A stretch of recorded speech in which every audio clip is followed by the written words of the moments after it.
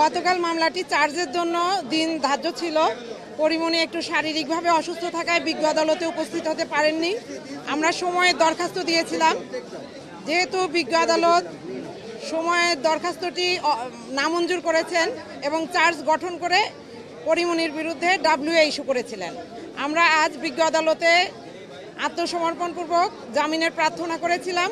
বিজ্ঞ আদালত জামিনের প্রার্থনা মঞ্জুর করেছেন এবং পরিমণি জামিন প্রাপ্ত। এখন না, বিজ্ঞ আদালত কোনো শর্ত দেয়নি, 1000 টাকার বন্ডে জামিন মঞ্জুর হয়েছে।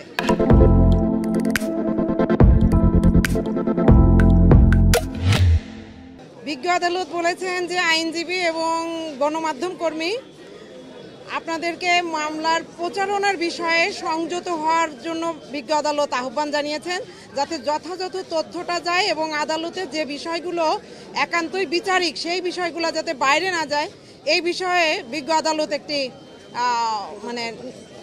আদালত একটু সতর্ক থাকার জন্য বলেছেন সবাইকে।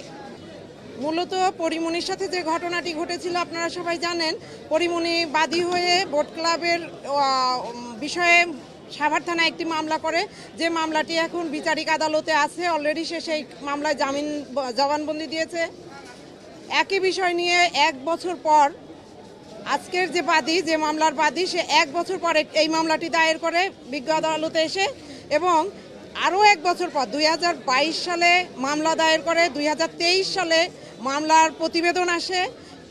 আমরা মামলার বিষয়ে ডিসচার্জের একটা দরখাস্ত দিয়েছিলাম।